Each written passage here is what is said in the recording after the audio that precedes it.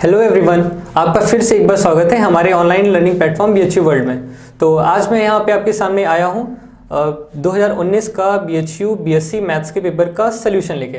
तो मैं अभी आपसे यहाँ मैथ्स पोर्शन का कैलकुलस के क्वेश्चन को डिस्कस करूँगा। उससे पहले मैं आपको बताना चाहूँगा कि हमारा ऑनलाइन चैनल BHU वर्ल्ड आपको BSc AG, BSc maths, BSc bio, BSc nursing, BA arts and social और BA LLB और LLB के ऑनलाइन कोर्सेज प्रोवाइड कराता है। तो अगर आप इनमें से किसी भी कोर्स को लेके पढ़ना चाहते हैं या BHU में सिलेक्शन पाना चाहते हैं तो जल्द से जल्द हमारे कोर्सेज को ज्वाइन करें। और मैं यहाँ पे कैलकुलस पोर्शन को डिस्कस करने आया हूँ, जैसा मैंने आपको बताया। उससे पहले मैं आपको ये भी बताना चाहूँगा कि जो बच्चे मैथ्स के पोर्शन है जैसे कि अलजेब्रा या कोऑर्डिनेट ज्योमेट्री या और दूसरे पेपर हैं केमिस्ट्री या फिजिक्स, वो भी आपको दूसरे मेंटर्स आके पेपर्स उसका सोल्यूशन देंगे। तो मैं आपको बताना चाहूँगा कि मैं 2019 के पेपर्स के जो कैलकुलस के क्वेश्चन हैं उनकी डिटेल सोल्यूशन दूंगा और उनमें जो भी कॉन्सेप्ट यूज़ हुए, जो क्वेश्चन रिपीट होते रहते हैं जिस टाइप के कॉन्सेप्ट, वो भी आपको डिटेल में बताऊंगा। तो आपको ये भी दिखाऊंगा कि कैसे क्वेश्चन ईजिली और थोड़े और आसानी से सॉल्व किए जाते हैं, कुछ थोड़ा सा ट्रिक यूज़ करके। तो शुरू करते हैं क्वेश्चन हम अपने। तो पहला क्वेश्चन जो मैथ्स में कैलकुलस पोर्शन से आया है, उससे पहले आपको बताना चाहूँगा कि ये आपके पास अगर पेपर नहीं है 2019 का तो आप इस वीडियो के डिस्क्रिप्शन बॉक्स में जाके पेपर डाउनलोड कर सकते हैं। तो फिर शुरू करते हैं क्वेश्चंस के साथ। तो पहला क्वेश्चन जो आया हुआ है कैलकुलस पोर्शन से वो है क्वेश्चन नंबर 102। तो क्वेश्चन नंबर 102 क्या है? एक इंटीग्रल का क्वेश्चन है। तो मैं यहाँ पे लिख देता हूँ। तो अब हम स्टार्ट करते हैं कैलकुलस पोर्शन के साथ। हमने पहला क्वेश्चन जो लिया हुआ है क्वेश्चन नंबर 102, ये मैथ सेक्शन का पहला कैलकुलस का क्वेश्चन है। तो ये एक डेफिनेट इंटीग्रल का क्वेश्चन है। इंटीग्रल दिया हुआ है 1 + cos 2x का रूट और लिमिट है 0 से 32π/3। तो इसे सॉल्व करते हैं तो देखते हैं क्या होगा। तो कैसे करेंगे हम? अगर cos 2x को 2 cos square x - 1 लिख दें तो क्या हो जाएगा? 1 + 2 cos square x - 1 का रूट 0 से 32π/3 dx। तो ये 1 और 1 कैंसिल आउट हो जाएंगे तो बचेगा कितना? √2 0 से 32π/3 cos square x का रूट dx। ठीक है, इतना हो गया। अब आगे अगर स्टेप देखें तो ये हो जाएगा √2 0 से 32π/3। अब इसका हम जब स्क्वायर रूट लेंगे cos स्क्वायर x तो कितना आना चाहिए? mod of cos x dx। ठीक है, इतना आ गया। अब इसे हम सॉल्व कैसे करेंगे? क्योंकि सीधे तो कर नहीं सकते क्योंकि लिमिट 0 से 32π/3 है। तो क्या करेंगे? अब हम इसका ग्राफ एक बार फिर से देखते हैं। cos ऑफ, ये हो गया x एक्सिस, ये हो गया y axis. mod of cos x का ग्राफ ऐसा होता है। ठीक है, तो ऐसे करके ग्राफ बनेगा और आगे हम थोड़ा आगे तक स्प्रेड कर लेते हैं। समझाने के बाद हम इसे साफ कर देंगे। तो आप लोग ध्यान से देखिएगा। और ऐसे मान लिया यहाँ पे ऐसे हो गया और उससे पहले ग्राफ ऐसे था, ज़्यादा ऊपर चला गया। फिर से सही कर देते हैं। ये मान लीजिए ऐसा ग्राफ है। तो ये 0 है, ये π/2 पाई 3π/2, ऐसे ही कंसिडर कर लेते हैं 10π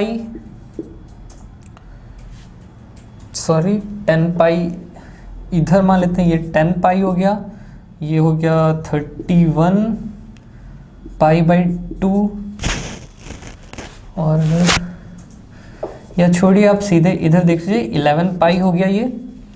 तो हमें चाहिए कितना? 32π/3। 32π/3 11π से π/3 कम है। मतलब अगर हम 11π - π/3 करें तो हमें मिलेगा 32π/3। तो मतलब हमें ये पॉइंट होगा 32π/3। इसके पहले का एरिया चाहिए, मतलब ये सारा एरिया अप टू ये और ये एरिया। तो इसके लिए हम क्या करेंगे? हम कुछ ऐसा करते हैं कि 11π/3 तक का इंटीग्रेशन एक निकाल लेते हैं। तो मतलब इतना एरिया और उससे इतना एरिया, ये वाला एरिया घटा देंगे तो हमें सोल्यूशन मिल जाएगा। तो मेरी फाइनली लिमिट्स कैसे ब्रेक होंगी? √2 और एक बड़ा ब्रैकेट बनाते हैं तो 0 से 11π mod of cos x dx plus, अब अच्छा ध्यान से देखें तो जितना ये 32π/3 से 11π का एरिया है, ये बीच का डिफरेंस कितना आ रहा है इनके? π/3। 11π से 32π/3 के बीच का डिफरेंस π/3 है। तो अगर हम इधर कंसिडर करें तो ये अगर हम पॉइंट π/3 ले लेते हैं तो ये एरिया और ये एरिया सेम होगा। कैसे सेम होगा? ये एरिया इधर की तरफ लिया गया और ये एरिया इधर से इधर की तरफ लिया गया और कोई अंतर नहीं है। तो हम यहाँ पे वही कर लेते हैं, 32π/3 से लेके 11π सॉल्व करना थोड़ा सा टफ है, तो इसकी जगह हम 0 से π/3 ले लेते हैं क्योंकि सेम चीज़ है। उससे पहले हम इसे साफ कर दे रहे हैं, तो ये होगा 0 से π/3 mod of cos x dx। ठीक है, तो इंटीग्रल हमारा इस फॉर्म में चेंज हो गया। अब हम इसे हटा दे रहे हैं, आप अच्छे से समझ गए होंगे, मुझे पूरी उम्मीद है। तो अब हम क्या देखेंगे आगे? अब इसे हम अगर सॉल्व करें √2, अब मॉड ऑफ cos x जो था, एक बार फिर से छोटा सा इधर ग्राफ बना लेते हैं। तो ऐसे बन रहा था, ये था π/2, तो π/2 तक जितना बन रहा है 11π तक, ऐसा ही ग्राफ 22 बार रिपीट होगा। क्यों? π/2 तक इतना है तो पाई तक इतना हो गया, तो जितना ये एरिया है उतना ही ये एरिया है, तो पाई तक ऐसा एरिया 2 बार आ रहा है, तो 11π तक ऐसा एरिया 22 बार आएगा। तो यह 22 0 से π/2 और cos x dx plus, sorry यहाँ प्लस की जगह माइनस साइन आना था, 0 से π/3 cos x dx। ठीक है, अब क्या होगा? सॉल्व कर लेते हैं इसे। √2 22 cos x का इंटीग्रेशन होता है sin x, तो sin x कहाँ से? 0 से π/2 में माइनस sin x 0 से π/3 में। तो इसे जब हम सॉल्व करेंगे तो हमें कितना मिल जाएगा?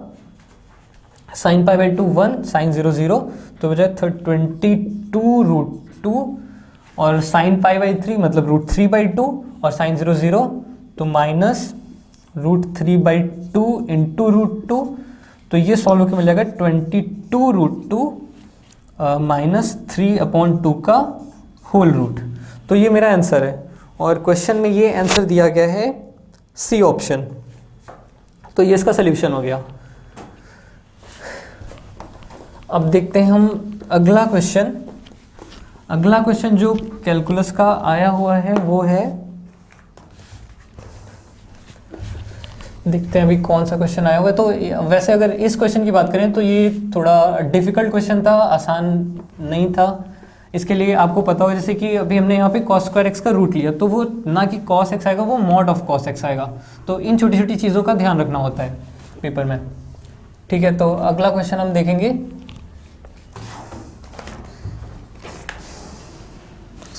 अगला क्वेश्चन जो इस पोर्शन से आया हुआ है वो है क्वेश्चन नंबर 120, कैलकुलस का क्वेश्चन नंबर 120। तो 120, क्या 120 क्वेश्चन? एक इक्वेशन दी हुई है, इनइक्वालिटी दी हुई है, sorry, mod of x minus 1 plus mod of x minus 2 greater than equal to 4। तो हमें बताना है इसका सोल्यूशन सेट क्या होगा।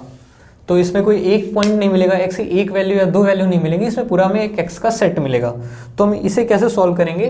तो इसका इजीएस्ट वे होता है कि हम इसका ग्राफ बना लें। तो ग्राफ किसका? इस पोर्शन का हम ग्राफ बना लेते हैं। तो लिख लेते हैं इसे fx is equal to mod of x minus 1 plus mod of x minus 2। तो इसे अब हम, ये मॉड है तो इनके मॉड ब्रेकिंग करते हैं, तो कैसे होगा? माइनस इन्फिनिटी से 1 इंटरवल में अगर देखें तो ये जो है नेगेटिव के साथ खुलेगा और ये भी नेगेटिव के साथ खुलेगा, तो हो जाएगा, इधर लिख लेते हैं x माइनस 1 माइनस का x माइनस 2, तो ये हो जाएगा माइनस 2x प्लस 3। ठीक है, अब अगर बात करें अगला इंटरवल, तो 1 से 2 में क्या, ये पॉजिटिव के साथ खुलेगा और ये निगेटिव के साथ। तो ये पॉजिटिव के साथ मतलब x माइनस 1 और ये निगेटिव साइन के साथ, तो माइनस ऑफ x माइनस 2। तो इसे सॉल्व करेंगे x माइनस x, तो x खत्म हो गया, -1 + 2 यानी कि 1। फिर अगला इंटरवल देखते हैं 2 से इन्फिनिटी। तो 2 से इन्फिनिटी में क्या होगा, ये भी पॉजिटिव के साथ और ये भी पॉजिटिव के साथ, तो हो जाएगा 2x माइनस 3। ठीक है, तो ये हमने बना लिया। अब हम इधर एक जगह अपना फंक्शन नोट कर लेते हैं। जो हमारा फंक्शन आया है, तो फंक्शन क्या आया है, -2x प्लस 3, 1 और 2x माइनस 3। ये कहाँ है, 2 से इन्फिनिटी में, ये है 1 से 2 में, और ये है माइनस इन्फिनिटी से 1 में। ठीक है, ये हमारा फंक्शन हो गया। तो इधर यहाँ पे मुझे स्पेस चाहिए, तो हम इसके लिए इसे साफ कर दे रहे हैं। अब हम क्या करेंगे, हमने फंक्शन अपना निकाल लिया है, तो अब हम इसके ग्राफ बनाने की कोशिश करेंगे। तो ग्राफ कैसे बनाएंगे, ये x एक्सिस, ये y एक्सिस। तो पहले एक पॉइंट हम ले लेते हैं, ये 1 हो गया मेरा, ये इधर 2 ले लेते हैं। ठीक है, अब 1 के पहले ग्राफ कैसा है, -2x प्लस 3, ये पॉइंट 0 है। तो अगर हम ऐसी पहली इक्वेशन हो गई y is equal to -2x plus 3, तो यहाँ पे अगर x की वैल्यू 0 रखें तो y हमें 3 मिलेगा। मान लेते हैं यहाँ पे कहीं पॉइंट लाई कर रहा है 0,3। x की वैल्यू 1 रखेंगे तो y 1 मिलेगा, तो मतलब ये पॉइंट हो गया। सॉरी, कितना हुआ ये, 1,1। तो इधर जो ग्राफ है वो ऐसा बन रहा है। ठीक है, जो 1 से 2 के बीच कांस्टेंट है 1, तो ये सीधा ऐसा हो गया। अब 2 से इन्फिनिटी के बीच ग्राफ है 2x माइनस 3 का, तो ये 2 यहाँ पे रखें, 2 2 4 माइनस 3 1, तो यानी कि यही पॉइंट। और आगे कैसा बनेगा, आगे का कोई 3 रख के देख लेते हैं, तो 3 2 6 6 माइनस 3 3, तो मतलब बढ़ रहा है ग्राफ ऐसा। तो ग्राफ जो होगा ना इस शेप का बन जाएगा। अब हमें इनइक्वालिटी क्या चेक करनी थी कि ये 4 से बड़ा हो, तो 4 से बड़ा होने के लिए क्या करेंगे, ये 0,3 पॉइंट है, ये 0,3 पॉइंट है, तो 4 यहाँ कहीं होगा। तो हम एक ऐसे लाइन ड्रॉ कर लेते हैं, y इज इक्वल टू 4। तो अब ये जो ग्राफ है किस एरिया में बड़ा है इससे, ये वाला एरिया, यहाँ से लेके इधर पूरा और यहाँ से लेके इधर पूरा, इन x की वैल्यूज़ पे बड़ा है।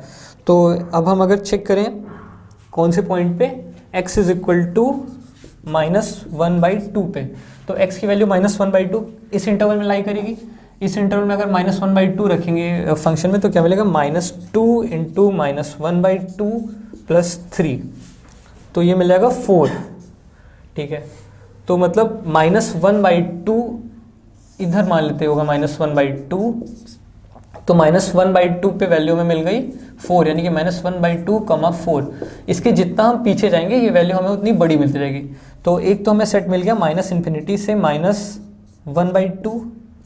अब दूसरा इधर साइड भी देख लेते हैं। अगर हम वैल्यू रखें x की 7/2, तो 7/2 इस इंटरवल में लाई करेगी, तो वैल्यू यहाँ पे रखेंगे तो क्या हो जाएगा, 2 इंटू 7/2 माइनस 3, ये हो गया 4। तो मतलब x इज इक्वल टू 7/2, ऐसा ज्यूम कर लेते हैं कि यहाँ पे लाई कर रहा है 7/2। तो इसके रिगार्डिंग अगर हम ग्राफ देखें तो यहाँ पहुँचेंगे, ये पॉइंट हो जाएगा 7/2, 4। अब 7/2 से जैसे ही थोड़ा आगे चलेंगे देखेंगे मेरा ग्राफ रेगुलर बढ़ रहा है, तो एक हमें यहाँ से इंटरवल मिल जाएगा 7/2, ∞। तो हमसे पूछा क्या था कि ये क्वेश्चन था, तो ये फंक्शन हमने निकाल लिया था x इज इक्वल टू, मतलब सॉरी f(x) ग्रेटर देन 4, हमें ऐसा डोमेन निकालना था x का। तो यहाँ से हमारे 2 इंटरवल सारे, एक ये और एक ये, तो हमारा फाइनल आंसर कुछ इस टाइप का हो जाएगा, -∞, -1/2। अब यहाँ पे क्लोज इंटरवल क्यों यूज़ किया, क्योंकि यहाँ पे इनइक्वालिटी की इक्वालिटी भी यूज़ हुई, ग्रेटर देन इक्वल टू की बात कही गई है, यूनियन 7/2, ∞। तो ये मेरा आंसर हो गया इस क्वेश्चन का। तो थोड़ा लेंदी क्वेश्चन था लेकिन अच्छा क्वेश्चन था। तो इस टाइप के क्वेश्चंस के लिए आपको तैयार रहना है, हर पेपर में ऐसे क्वेश्चन आपको देखने को मिलेंगे। फिर बात करते हैं नेक्स्ट क्वेश्चन की।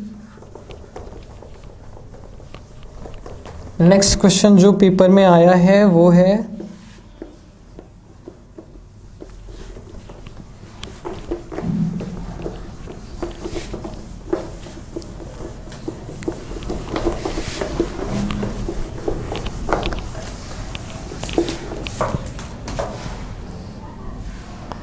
Question number 126। तो क्वेश्चन नंबर 126 क्या है, लिख लेते हैं पहले। Question number 126। तो क्वेश्चन नंबर 126 में एक फंक्शन दिया हुआ है f(x) is equal to 1/√x plus mod of x, और हमसे पूछा गया है कि इसका डोमेन क्या होगा, हमें डोमेन बताना है। तो डोमेन क्या होगा हमें ये बताना है। तो कैसे हम देखेंगे इसका डोमेन क्या है। तो पहले एक बेसिक कंडीशन होती है कि जो नीचे का पोर्शन है डिनोमिनेटर है इसे ज़ीरो नहीं होना चाहिए। तो मतलब √x plus mod x zero नहीं होना चाहिए। तो ये ज़ीरो कब आएगा, जब x की वैल्यू ज़ीरो होगी। तो इसका जो भी डोमेन होगा उसमें ज़ीरो उस मतलब पूरे डोमेन पे ज़ीरो एलिमेंट नहीं लाई करेगा। दूसरा है जो √x है ये सिर्फ पॉजिटिव वैल्यूज़ या फिर ज़ीरो यही इनटेक करेगा। इसके अलावा रूट के अंदर कोई वैल्यू नेगेटिव नहीं हो सकती है। तो ये जो x है या तो पॉजिटिव होना चाहिए या ज़ीरो होना चाहिए। तो इन दोनों को अगर हम एक साथ कंक्लूड करें तो इससे हमें क्या मिलेगा कि x ग्रेटर देन ज़ीरो, सिर्फ यही इसका डोमेन होगा। तो ये क्वेश्चन काफ़ी आसान था आप लोगों में। इसी के साथ ये क्वेश्चन खत्म हो गया, छोटा सा क्वेश्चन था।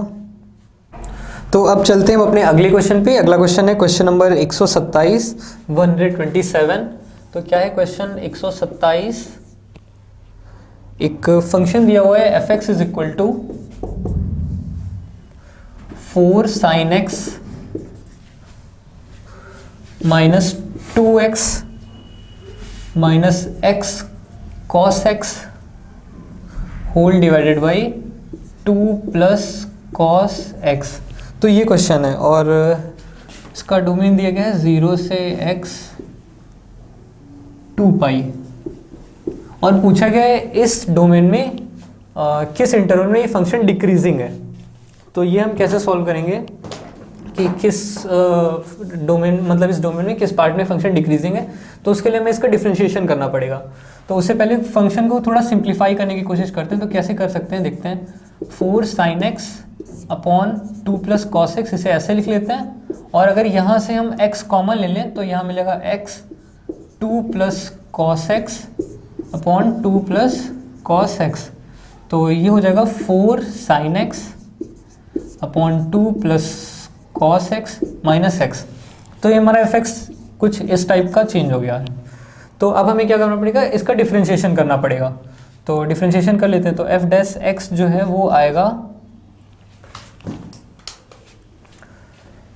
2 प्लस कॉस एक्स फिर d by d x of 4 sin x यानी कि 4 cos x minus 4 sin x, इसका differentiation minus sin x whole divided by 2 plus cos x का होल स्क्वायर और माइनस 1। तो ये इसका डिफरेंशिएशन आ गया।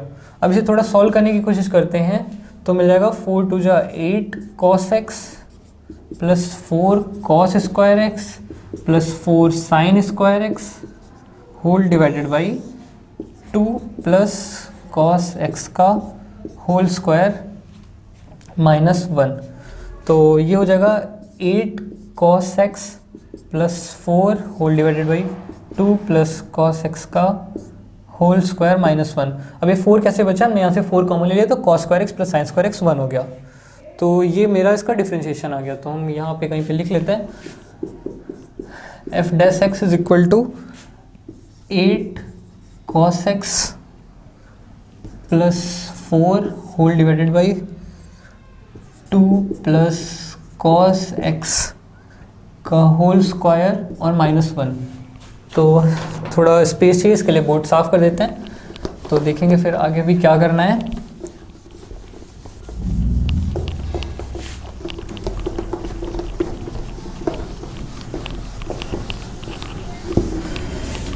अब पूछा गया किस इंटरवल में फंक्शन डिक्रीजिंग होगा। तो डिक्रीजिंग फंक्शन के लिए क्या करना होता है, हमें f' को लेस देन 0 दिखाना होता है। तो हम इसे भी, इसका डिक्रीजिंग इंटरवल पूछा गया तो हम इसे लेस देन 0 करेंगे। देखते हैं फिर हमें क्या मिलता है। 8 cos x plus 4 2 plus cos x का whole square minus 1 less than 0। तो ये जगह 8 cos x plus 4 less than 2 plus cos x का होल स्क्वायर। चलिए आगे देखते हैं, ये होल स्क्वायर खोल लेते हैं।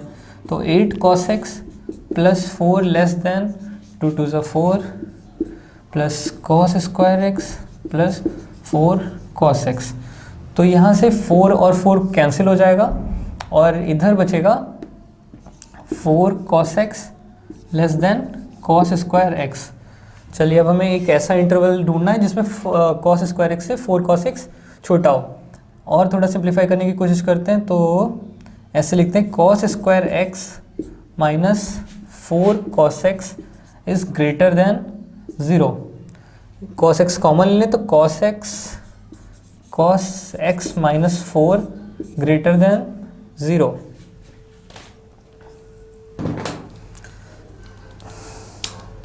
तो अगर हम बात करें, ये देखिए cos x minus 4, cos x की मैक्सिमम वैल्यू कितनी हो सकती है 1। तो cos x माइनस 4 जो होगा हमेशा निगेटिव होगा। क्यों निगेटिव होगा, फिर से एक बार बात करें तो cos x की जो मैक्सिमम वैल्यू है वो 1 हो सकती है। तो अगर cos x की मैक्सिमम वैल्यू 1 भी ले रहा है तो 1 से माइनस 4 करेंगे तो माइनस 3 बचेगा। तो ये हमेशा निगेटिव आएगा। लेकिन हमें दिया क्या है कि ये ओवरऑल पूरा पॉजिटिव है। तो अगर ये निगेटिव है, इसके साथ हमें कुछ निगेटिव मल्टीप्लाई करना होगा तो ही जाके हमें पॉजिटिव वैल्यू मिलेगी। तो इसके लिए हमें cos x को निगेटिव होना चाहिए। ठीक है, cos x का अगर हम ग्राफ देखें 0 से 2 पाई में, तो 0 से 2 पाई में ऐसा ग्राफ होता है। ये हो गया 2 पाई, ये है 0, ये है पाई बाई 2, ये है पाई और ये 3 पाई बाई 2। तो किस इंटरवल में cos x हमें निगेटिव मिल रहा है, पाई बाई 2 से 3 पाई बाई 2। तो यही हमारा आंसर हो गया, पाई बाई 2 से 3 पाई बाई 2। इस इंटरवल में ये फंक्शन ग्रेटर देन 0 होगा। ये फंक्शन ग्रेटर देन 0 का मतलब fx डिक्रीजिंग होगा। तो इसका आंसर है डी ऑप्शन, पाई बाई 2 से 3 पाई बाई 2। ठीक है, तो ये भी क्वेश्चन कंप्लीट हुआ। नेक्स्ट क्वेश्चन जो मेरा है वो है क्वेश्चन नंबर 129। 129 क्वेश्चन आया है रोलीज थ्योरम पे।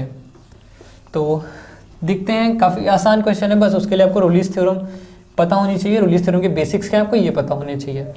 तो देखते हैं रोलीज थ्योरम का क्वेश्चन कैसे सॉल्व होगा।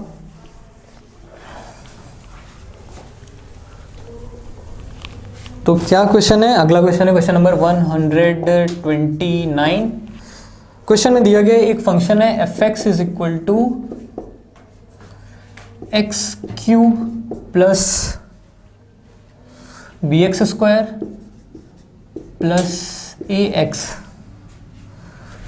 और x बिलोंग कर रहा है 1 से 3 में। ठीक है, और बताया गया है कि इस फंक्शन fx के लिए रोलीज थ्योरम होल्ड होती है for c is equal to 2 प्लस 1/√3। ठीक है, तो a और b के वैल्यू बतानी है। तो रोलीज थ्योरम पहले कहती क्या है, हमें वो देखना चाहिए। तो अगर हम एक इंटरवल कंसिडर करें a, b, close interval a, b, तो रोलीज थ्योरम के अकॉर्डिंग जो फंक्शन होता है fx वो fa जो उसका निकल के आएगा, मतलब a पॉइंट पे जो फंक्शन की वैल्यू आएगी, जो b पॉइंट पे फंक्शन की वैल्यू आएगी, तो वो fb होगी। तो fa fb के इक्वल होना चाहिए। तो यहाँ पे a की वैल्यू 3 है और b की वैल्यू a की वैल्यू 1 है, b की वैल्यू 3 है। तो हम fa और fb निकालने की कोशिश करेंगे। fa मतलब f1, तो f1 जो मेरा निकल के आएगा 1 प्लस b प्लस a, और जो f3 निकल के आएगा वो आएगा 27 प्लस 9b प्लस 3a। तो ये दोनों इक्वल होने चाहिए। तो इक्वल का मतलब 1 plus b plus a is equal to 27 plus 9b plus 3a। इसे अगर हम थोड़ा सॉल्व करें तो ये आएगा 26 प्लस 8b प्लस 2a, ये होना चाहिए इक्वल टू 0। तो अब एक तरीका तो है कि आप ऑप्शन से a और b की वैल्यू देखें और इसमें रख के चेक कर लें। तो अगर बात करें ऑप्शन की, तो हम सीधे b ऑप्शन मुझे सही लग रहा है। तो अगर हम उसे चेक करने की कोशिश करें तो 26 प्लस 8 इंटू -6 प्लस 2 इंटू 11, तो बी ऑप्शन में एक्चुअली दिया ये हुआ था कि ए की वैल्यू 11 है और बी की वैल्यू है -6, तो बस हमने ये उठा के यहाँ पे रखी है। तो अगर सॉल्व करें 8 से -48 + 22 + 26, तो ये 0 आएगा। तो वैसे ये आंसर सही होना चाहिए। ये तो क्या ऑप्शन से चेक करने के बाद। लेकिन अगर हमें थ्योरेटिकली पूरा सॉल्व करना है तो उसके लिए क्या करना पड़ेगा, एक तो मेरी ये क्वेश्चन बन गई है, दूसरा रूलिस थ्योरम आगे कहती है कि जो ये सी पॉइंट है तो इस पॉइंट पे फंक्शन का डेरिवेटिव 0 होना चाहिए। तो फंक्शन का डेरिवेटिव अगर निकालें तो f डैश x आएगा 3x² + 2bx + a। तो f डैश c, मतलब c अगर रखें यहाँ पे तो f डैश c की वैल्यू 2 + 1/√3, तो 3 2 + 1/√3 का whole square plus 2b 2 + 1/√3 plus a equal to 0 आना चाहिए। तो यहाँ से आपके पास एक ये क्वेश्चन है, एक ये क्वेश्चन है, आप इन दोनों को सॉल्व करेंगे तो आपको आंसर यही मिलेगा, a = 11, b = -6। तो इसी के साथ ये क्वेश्चन खत्म हुआ। लेकिन अगर आप कंपटीशन के लिए क्योंकि जा रहे हैं तो आपको कंपटीशन व्यू से सोचना चाहिए, ना कि पूरा क्वेश्चन सॉल्व करना चाहिए। आप इस स्टेज पे पहुंच गए तो यहाँ पे आपको ऑप्शन रख के चेक कर लेना चाहिए कि कौन कौन से ऑप्शन इसे सेटिस्फाई कर रहे हैं, फिर वहाँ से छांटना आपको बहुत आसान हो जाएगा कि सही आंसर क्या है। तो नेक्स्ट क्वेश्चन जो हमें सॉल्व करना है वो क्वेश्चन नंबर 130। तो 130 क्या है, क्वेश्चन पहले पढ़ लेते हैं। A particle move along a curve 6y = x³ + 2। 130 question number है। A particle move along a curve 6y =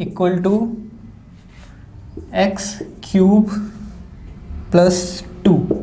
तो ये इक्वेशन दी गई है, एक पार्टिकल इस कर्व के अलॉन्ग मूव कर रहा है। The point on the curve at which the y coordinate is changing 8 times as fast as x coordinate is. तो हमें बताना है इस कर्व पे कोई ऐसा पॉइंट जहाँ पे y कोऑर्डिनेट x कोऑर्डिनेट के कंपेयर में 8 गुना तेजी से चेंज हो रहा हो। तो ये कैसे करेंगे, तो इसका मतलब क्या है कि y कोऑर्डिनेट x कोऑर्डिनेट से 8 गुना तेज चेंज हो रहा है। इसका सीधा मतलब ये कि जो dy है वो 8 टाइम dx है। तो इसका मतलब क्या हुआ, dy/dx = 8 है। तो ये इक्वेशन दी हुई हम इसके रिस्पेक्ट में भी dy/dx निकाल लेते तो क्या हो जाएगा, 6dy/dx = 3x²। बस खत्म हो गया। तो dy/dx = x²/2। तो x²/2 को इससे इक्वेट कर देना है। तो x²/2 = 8, तो x² 16, तो x की वैल्यू आई ±4। तो x की हमें 2 वैल्यू मिल गई। तो अब हमें क्या है, x की 2 वैल्यू +4 -4, तो इनके रिगार्डिंग हमें 2 वैल्यू y की मिलेंगी। तो सॉल्व कर लेते हैं। पहली जब ऐसे लिख लेते हैं, फॉर x = 4 6, या फिर ऐसे लिख लेते हैं y = 4 का क्यूब मतलब 64 + 2 / 6 यानी कि 11। तो एक पॉइंट यहाँ से मिल गया 4,11 for x = -4, y = -64 + 2 whole divided by 6। तो ये हो गया -62/6 यानी कि -31/3। ठीक है, तो दूसरा पॉइंट हमें मिल गया -4, -31/3। तो क्वेश्चन का सोल्यूशन पूरा खत्म हो गया। तो एक बार फिर से हम पॉइंट लिख देते हैं। हमें जो इसका सोल्यूशन मिला है वो 2 पॉइंट्स होंगे, 4,11 और -4, -31/3। तो सोल्यूशन पूरा हो गया है। आपको अगर नोट करना है तो आप नोट कर सकते हैं। फिर इसके बाद जो नेक्स्ट क्वेश्चन है वो है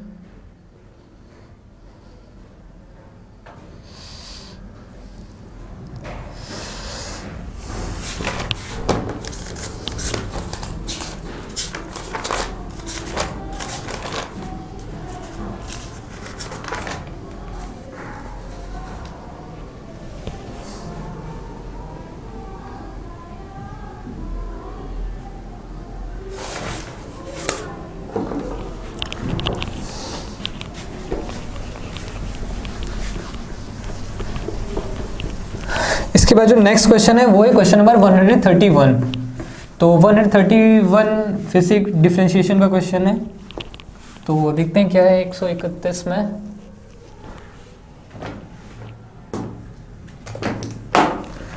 131। तो 131 में हमें एक इक्वेशन दी है, क्या दी है, cos inverse x square minus y square whole divided by x square plus y square is equal to tan inverse a. हमें ये दिया हुआ है और क्वेश्चन में पूछे कि d y by d x की वैल्यू क्या होगी। तो इसे हम सॉल्व करने की कोशिश करते हैं। तो पहले स्टेप में हम कॉस इनवर्स को उधर ले आते हैं, तो हो जाएगा cos of tan inverse a. तो देख लेते हैं क्या हो जाएगा, x square minus y square upon x square plus y square is equal to cos of tan inverse a. तो अब ये ए कांस्टेंट है, तो tan इनवर्स ए कांस्टेंट होगा, cos of tan inverse a ये भी कांस्टेंट होगा, तो इसे हम के मान लेते हैं इस कांस्टेंट को इसे। तो इक्वेशन हो जाएगी मेरी x square minus y square upon x square plus y square is equal to k. इस टर्म को इधर मल्टीप्लाई कर देते हैं तो हमें क्या मिलेगा, x square minus y square is equal to k x square plus k y square. X और वाई के सारे टर्म्स एक एक साइड कर लेते हैं, तो इधर हमें मिल जाएगा x square 1 minus k is equal to y square 1 plus k. अब दोनों साइड एक्स के रिस्पेक्ट में डिफ्रेंशिएट कर देते हैं, तो हमें मिलेगा 2x 1 minus k is equal to 2y 1 plus k d y by d x. ठीक है, तो d y by d x किसके इक्वल आ जाएगा फाइनली, तो हम वो लिखते हैं d y by d x is equal to 1 minus k upon 1 plus k. 2 से 2 यहाँ पे कैंसिल हो रहा है तो इसे हम कैंसिल ही कर देते हैं और ये बचेगा x अपॉन वाई। ठीक है, तो हमें d y by d x इतना आ गया। अब k की वैल्यू कितनी है, k की वैल्यू ये दी हुई है, तो ये वैल्यू उठा के हम यहाँ पे रख देंगे।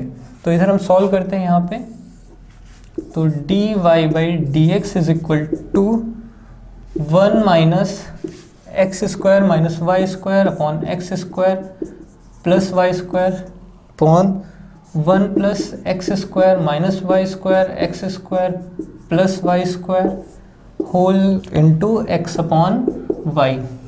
तो इसे हम अगर सॉल्व करेंगे तो एलसीएम लेंगे, इधर भी एलसीएम लेंगे तो नीचे x square plus y square, यहाँ भी x square plus y square, तो ये कैंसिल आउट हो जाएगा।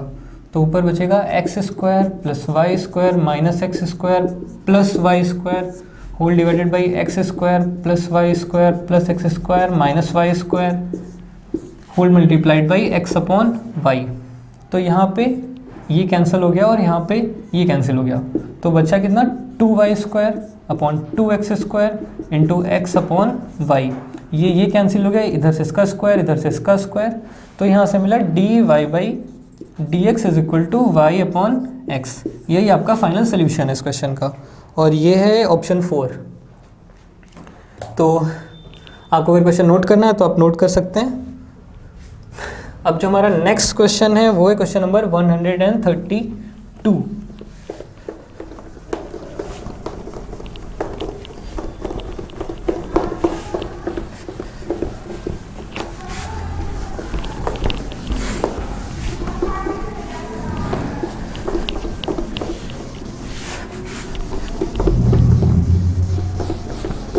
तो क्वेश्चन नंबर 132 अगेन एक क्वेश्चन है कंटिन्यूटी का। तो क्वेश्चन नंबर 132 यहाँ पे नोट करते हैं 132।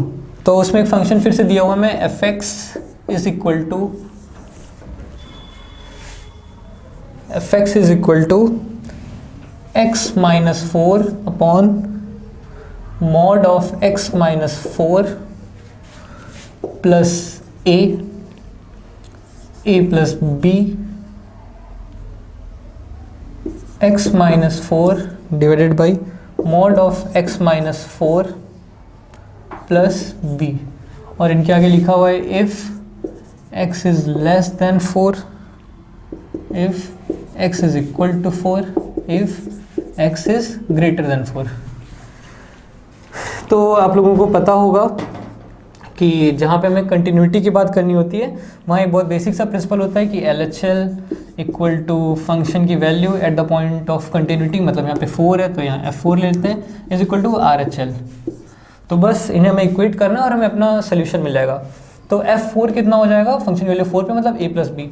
LHL कितना हो जाएगा, limit x tending to 4 minus, क्यों 4 से बहुत थोड़ा सा छोटा है, तो 4 minus x minus 4 upon mod of x minus 4 plus a।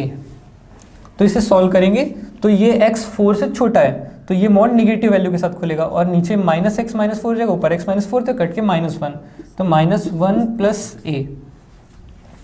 ये हो गया मेरा LHL। RHL क्या होगा, limit x tending to 4 plus x minus 4 upon mod of x minus 4 plus b। तो x 4 से थोड़ा सा बड़ा है तो ये मॉड वैल्यू पॉजिटिव साइन के साथ खुलेगी, तो ये कटेगा तो 1 बचेगा, तो आएगा 1 प्लस b। बस अब हमें सीधे सीधे कुछ नहीं करना है, क्वेश्चन पूरा सॉल्व हो गया है। 1 plus a is equal to function की वैल्यू 4 पे a plus b equal to 1 plus b।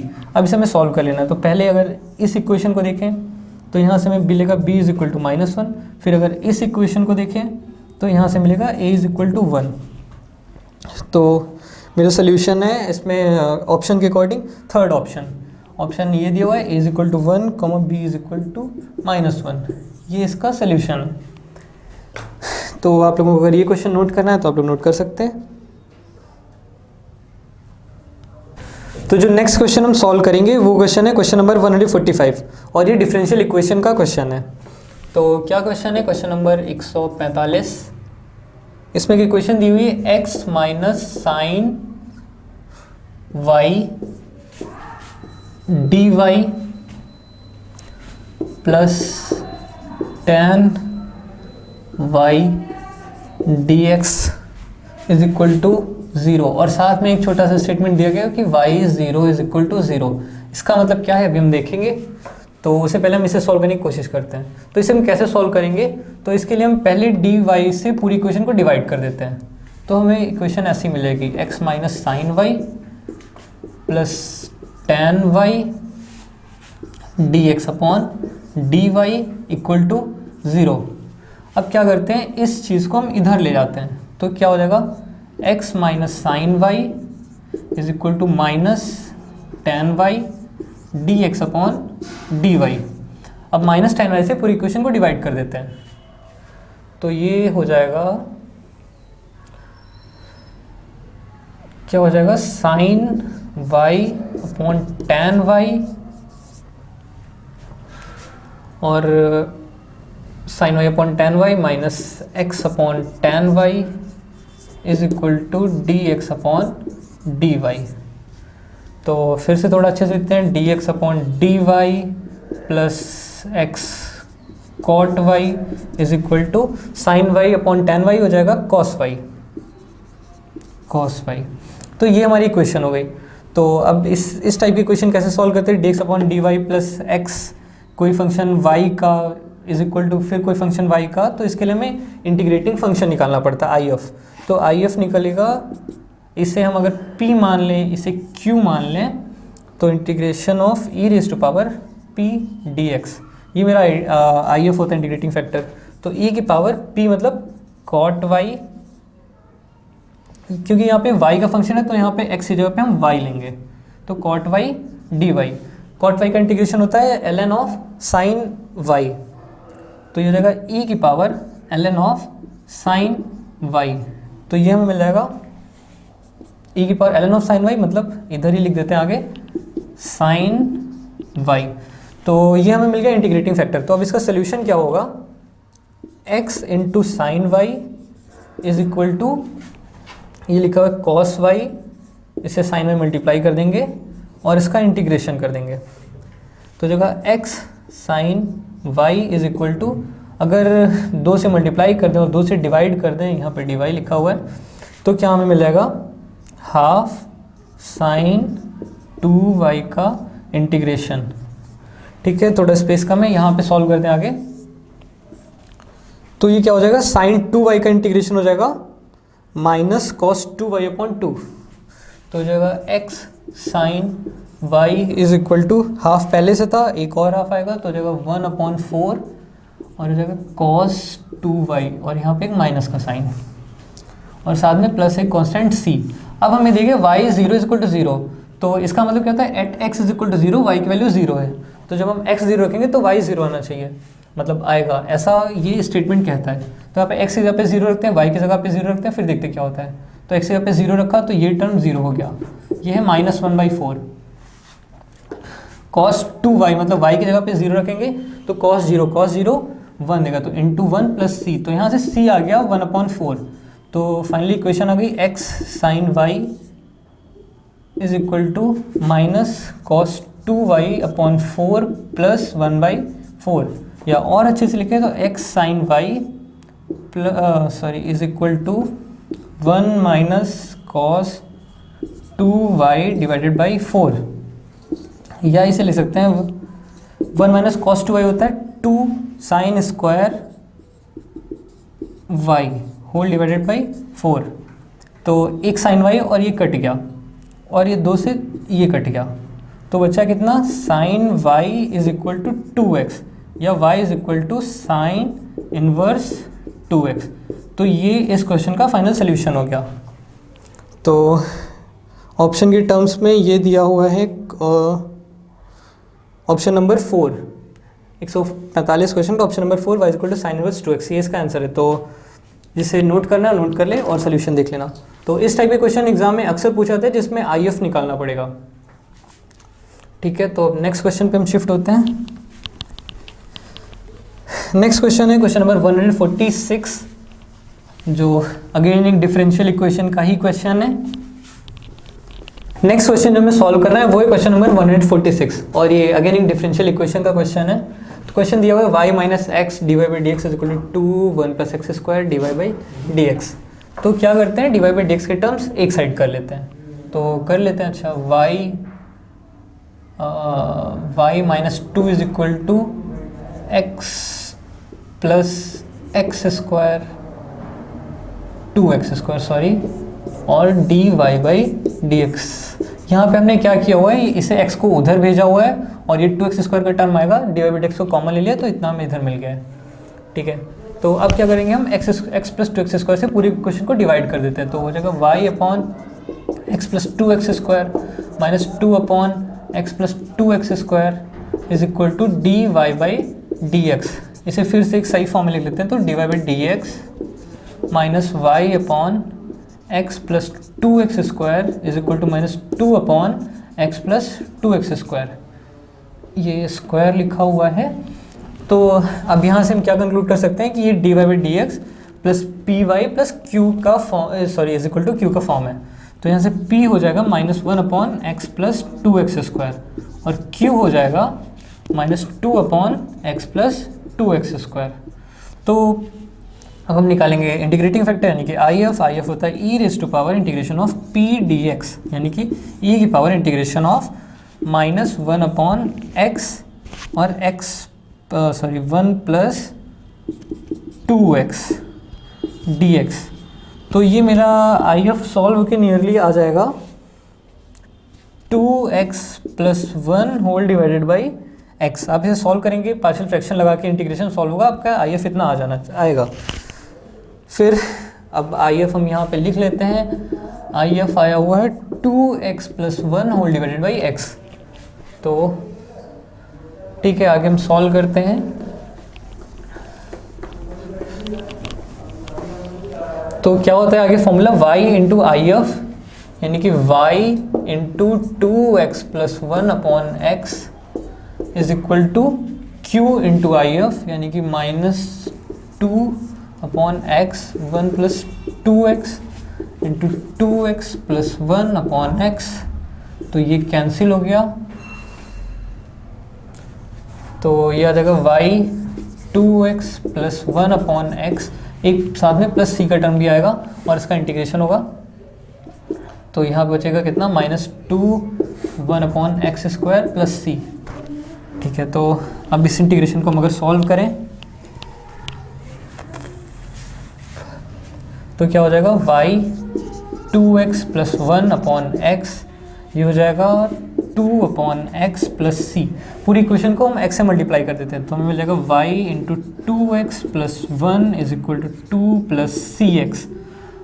अब एक कंडीशन हमें दी हुई थी y at 1 is equal to 1, तो यहाँ पे हम x की वैल्यू 1 रखेंगे, हमें y भी 1 मिलेगा।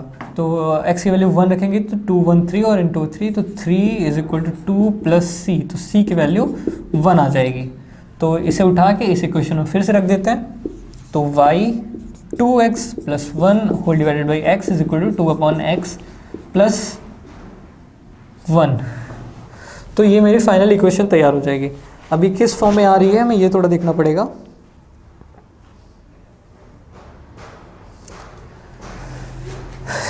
अब पेपर में 4 ऑप्शन है, तो उन्होंने कैसे किया हुआ है देख लेते हैं। तो इन्होंने लिखा हुआ है y,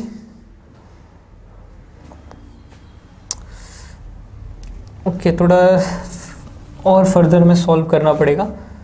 तो y is equal to 2 upon x plus 1 whole divided by 2x plus 1 upon x, तो ये हो जाएगा 2 plus x upon 2x plus 1, और ये x कैंसिल हो जाएगा। तो यहाँ से आ रहा है y is equal to 2 plus x upon 2x plus 1।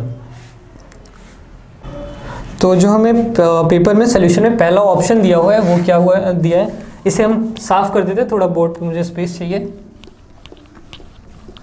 तो जो हमें पेपर में इस क्वेश्चन का पहला सोल्यूशन दिया हुआ है वो है y minus 2 is equal to 3x upon 2x plus 1।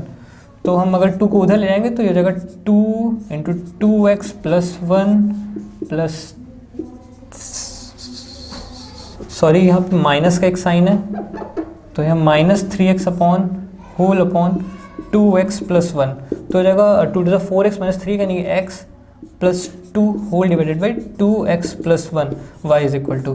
तो ये पहला ऑप्शन से मैं सॉल्व करके ये मिल रहा है, और यही मेरी डिफरेंशियल इक्वेशन का सोल्यूशन आ रहा है। तो ऐसे फर्स्ट ऑप्शन इस क्वेश्चन का सोल्यूशन हो गया। तो अगर आपको देखना है तो आप फिर से एक बार वीडियो देख लीजिए और पूरा क्वेश्चन नोट कर लीजिए। फिर जो नेक्स्ट क्वेश्चन है वो है क्वेश्चन नंबर 147। वो फिर से डिफरेंशियल इक्वेशन का क्वेश्चन है। अगर आप ऑब्जर्व कर रहे होंगे तो डिफरेंशियल इक्वेशन का ये तीसरा क्वेश्चन आने जा रहा है, मतलब डिफरेंशियल इक्वेशन बहुत अच्छा पोर्शन कैलकुलस का कवर करता है। तो देखते हैं अगला क्वेश्चन कैसा है।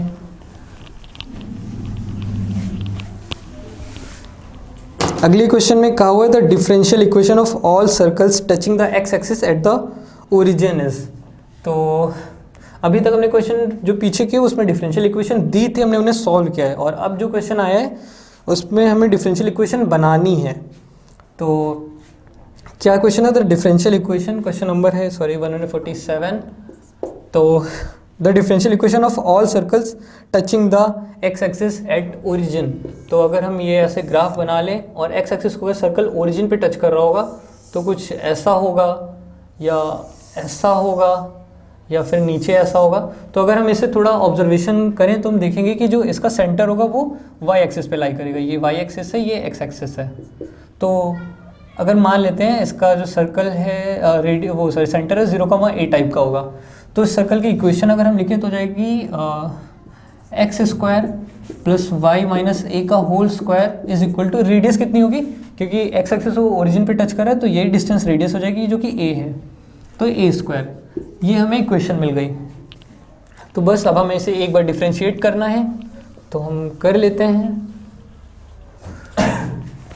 2x plus 2y minus a d y by d x is equal to 0। तो एक बार डिफ्रेंशिएट करके हमें ये रिजल्ट मिल गया है। अब क्या करेंगे, अब हम पहली इक्वेशन से a की वैल्यू निकालेंगे। तो कैसे निकलेगी, x square plus y square minus 2ay plus a square is equal to a square. ये कैंसिल आउट हो गया, एक टर्म ए का बचा, तो इधर से वैल्यू मिलेगी x square plus y square upon 2y। ये ए की वैल्यू हो गई। अब इसे उठा के हम यहाँ पे ये वैल्यू पुट कर देंगे तो हमें मिल जाएगा 2x plus 2y minus x square plus y square upon 2y d y by d x is equal to 0। तो हो जाएगा 2x प्लस 2 हो जाएगा 2y square minus y square यानी कि y square minus x square whole divided by 2y d y by d x equal to 0। ये 2 और ये 2 कैंसिल हो जाएगा। फिर जो आंसर दिया हुआ है वो इस फॉर्म का दिया हुआ है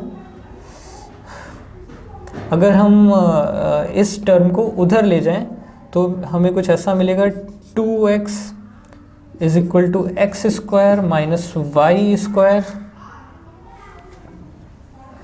upon y d y by d x. तो इसे सॉल्व करने पे मिल जाएगा 2xy divided by x square minus y square is equal to d y by d x. ये पहला ही ऑप्शन है, तो यही आपका सही ऑप्शन है। तो अगर आपको क्वेश्चन करना है तो आप ये नोट कर लीजिए। फिर इसके बाद जो नेक्स्ट क्वेश्चन आया हुआ है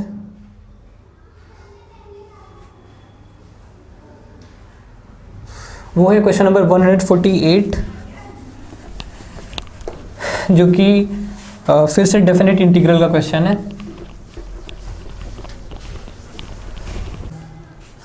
नेक्स्ट क्वेश्चन है 148 जो हम करेंगे वो अगेन एक डेफिनेट इंटीग्रेशन का क्वेश्चन है। तो क्वेश्चन है 0 से पाई log 1 plus cos x dx। तो यहाँ पे हम पहले प्रॉपर्टी लगाएंगे 0 से a F x d x जो होता है वो 0 से a F A minus x d x से इक्वल होता है। तो वही प्रॉपर्टी लगाएंगे, इसे हम i मान लेते हैं। तो 0 से पाई log 1 plus cos pi minus x d x. तो ये किसके इक्वल हो जाएगा? 0 से पाई log 1 minus cos x d x. ठीक है, तो ये इतना हो गया। तो ये भी i है, तो इस वाले i को और इस वाले i को हम जोड़ देते हैं। तो हो जाएगा 2i इज इक्वल टू 0 से पाई log 1 plus cos x plus log 1 minus cos x d x. तो ये हो जाएगा 2i इज इक्वल टू 0 से पाई log 1 minus cos square x d x. ये हो जाएगा 2i इज इक्वल टू 0 से पाई 1 माइनस कॉस स्क्वायर एक्स होता है साइन स्क्वायर एक्स से इक्वल, तो sine square x d x. अब लॉग में जो भी चीज़ लिखी है उसका जितनी भी पावर है उसे हम बाहर निकाल सकते हैं। तो ये लिख लेते हैं हम 2i is equal to 2 times 0 से पाई log of sine x d x. तो ये 2 और 2 कैंसिल हो गया। तो यहाँ से मेरा कितना i कितना आ गया? i is equal to log sine x d x 0 से पाई में। तो अब इससे हम क्या लिख सकते हैं? i is equal to 2 times 0 से pi by 2 log of sine x d x. इसे हमने ये लिख लिया। अब फिर से वही प्रॉपर्टी लगाएंगे कि 0 से a F x d x जो होता है 0 से a F A minus x d x से इक्वल होता है। तो फिर से लगाएंगे तो हमें क्या मिल जाएगा? 0 से pi by 2 log of sine pi by 2 minus x मतलब कॉस एक्स डी एक्स। तो इन दोनों को हम फिर से ऐड करेंगे तो हमें क्या मिल जाएगा? 2i इज इक्वल टू, मतलब इन दोनों को हमने ऐड किया तो हमें ये रिजल्ट मिल रहा है क्या? 2i इज इक्वल टू 2 0 से pi by 2 log of sine x plus log of cos x मतलब log of sine x cos x, sine x cos x d x. तो हमें ये मिल गया फाइनली, और 2 से 2 हम फिर कैंसिल कर देते हैं। तो फिर से ऊपर चलते हैं, साफ करते हैं इसे।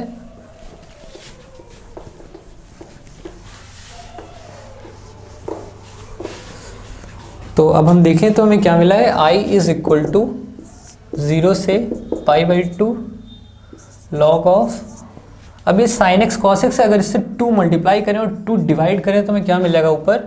साइन 2x और अपॉन 2, तो अपॉन 2 यहाँ पे आके माइनस लॉग 2 का फॉर्म ले लेगा और ये dx। ठीक है, तो हमें मिल गया i इज इक्वल टू 0 से pi by 2 log of sign 2x minus log of 2 0 से पाई बाई 2 x dx। एक यहाँ पे dx मिसिंग है, तो ये इस फॉर्म का हो गया। तो इस स्टेप तक हम पहुँच गए। आई इज इक्वल टू 0 से pi by two log sign 2x dx minus log to 0 से pi by two x dx। तो अब क्या करेंगे, अब इस इंटीग्रेशन में इसे हम ले लेते हैं I1 और इसे नाम देते हैं I2। तो हम पहले I1 सॉल्व करेंगे। तो I1 में हम क्या करेंगे, 2x को हम ले लेते हैं t, तो 2 dx is equal to dt, तो dx is equal to dt by 2।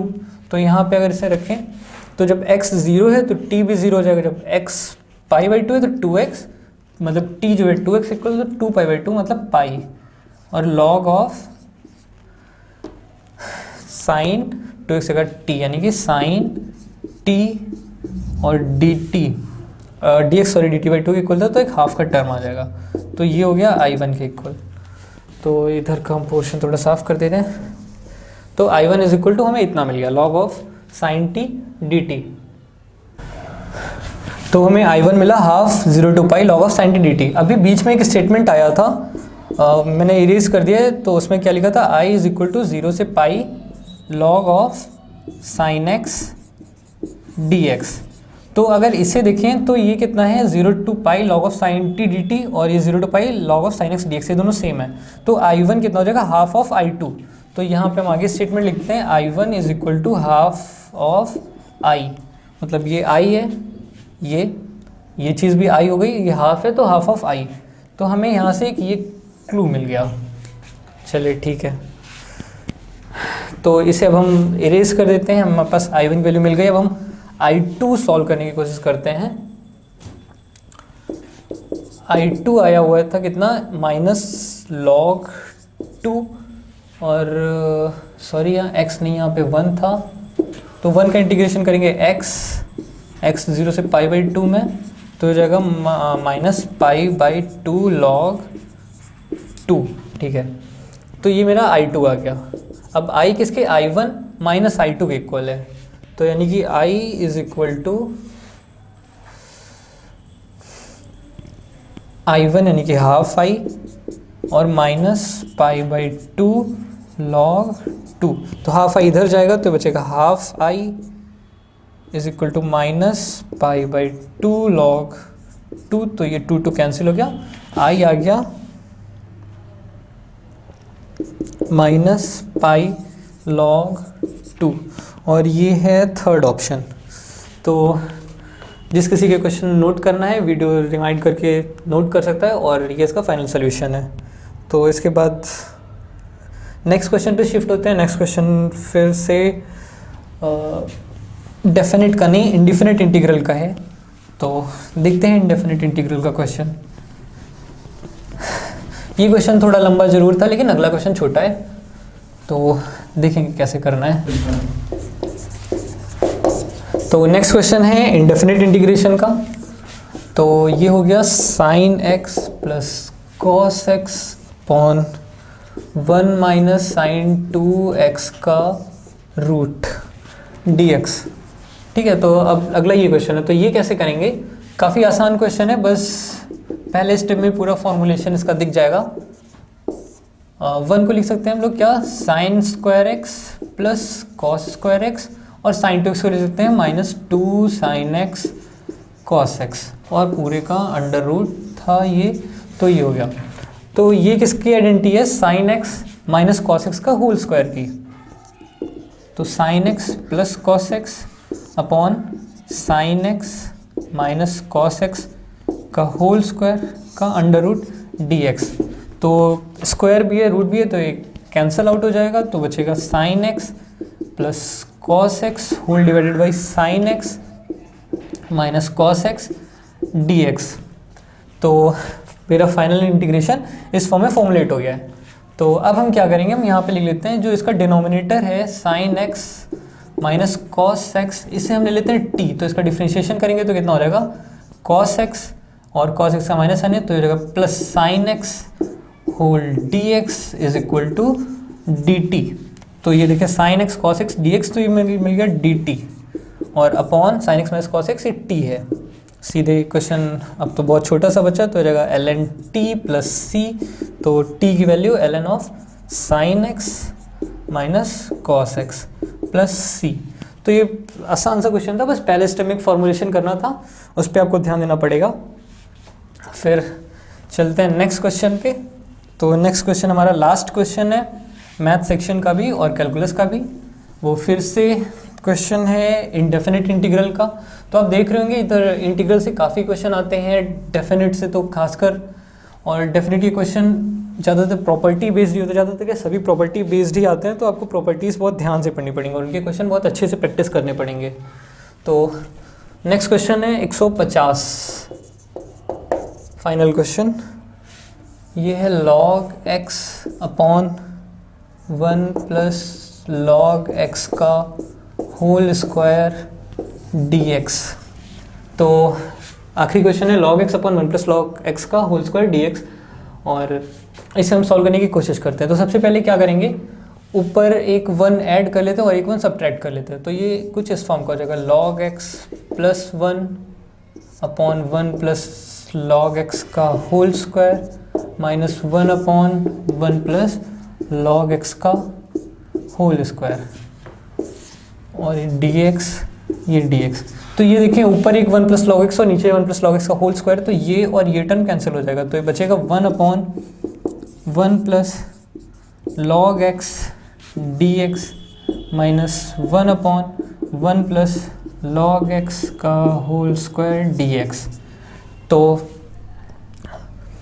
ये हमारा अगले स्टेप में ये आ गया है। अब हम इसे सॉल्व करने की कोशिश करते हैं। तो अब हमारे पास एक प्रॉब्लम है कि हम इसे कैसे सॉल्व करेंगे। तो एक बहुत सिंपल सा मेथड यूज़ करते हैं, हम इसे 1 से मल्टीप्लाई कर देते हैं और बाई पार्ट सॉल्व करने की कोशिश करते हैं। तो क्या होगा, ले लेते हैं फर्स्ट फंक्शन, इसे ले लेते हैं 1 अपॉन 1 प्लस log x को, और 1 को लेते हैं सेकेंड फंक्शन। तो सॉल्व करते हैं। तो क्या फॉर्मूला होता है, first function into integration of second function minus पहली का डिफरेंशिएशन। तो इसका डिफरेंशिएशन है 1 अपॉन 1 प्लस log x का होल स्क्वायर, और यहाँ पे एक माइनस का टर्म आएगा और log x का ऊपर 1 अपॉन x, और 1 का इंटीग्रेशन मतलब x, और इसका होल इंटीग्रेशन, और साथ में इधर है minus 1 upon 1 plus log x का होल स्क्वायर dx।